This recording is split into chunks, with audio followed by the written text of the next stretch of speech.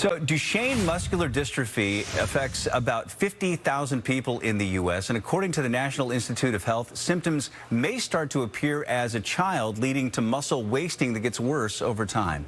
Katie Morgan's son, Andy, was diagnosed with Duchenne last year at just 6 years old. And since then, his mobility has decreased, and he now uses a scooter and a power wheelchair at school. So Katie joining us live this morning to share more of her son's story and the growing effort to find a cure. Thanks for joining us this morning. We appreciate it. Thanks for having me. So thanks for sharing your story as well, because Andy was diagnosed with Duchenne. When did that happen, and what were the symptoms? Yeah, he was diagnosed a year ago, about 3 days after his 6th birthday.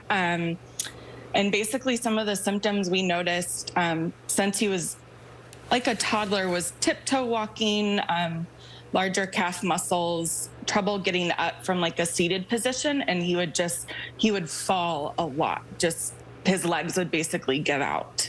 And he was initially dismissed, I understand, misdiagnosed by a couple of doctors as well, right?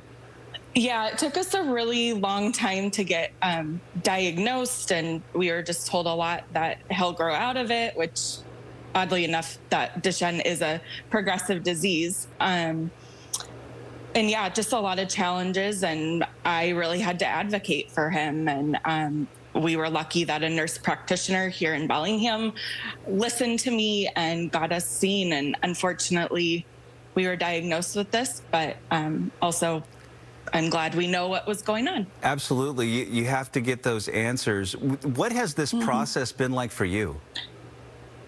It's been a lot, definitely highs and lows of emotions, but we're definitely really supported by our community, by Andy's school, and we have a really good group of friends. And then there's those places out there that are really great. And Seattle Children's has a really great program. That's where we're seen, and they're fantastic. So what advice do you have for families who may see similar symptoms in their child?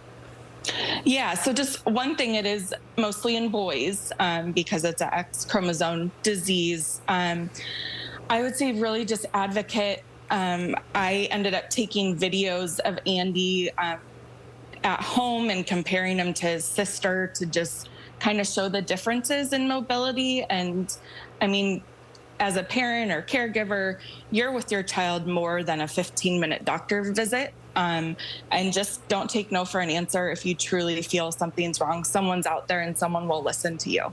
There's a Cure Duchenne workshop happening tomorrow. Can you tell us about this event and why these events that's happening tomorrow, why they are so important?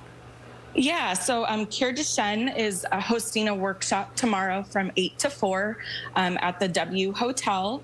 There's going to be different doctors. I'm going to be sharing kind of more in depth about Andy's story, and just it will show us kind of family support, what's new in physical therapy, that type of thing. And they're just so important because you're instantly connected with other families that are there. And sometimes a hospital or doctor setting can be really intimidating to talk to doctors. And so this is kind of a more low-key way that you can connect with them and get some great answers if you need them. Katie Morgan, thank you so much for sharing your story. We appreciate you. Thanks for joining us this morning.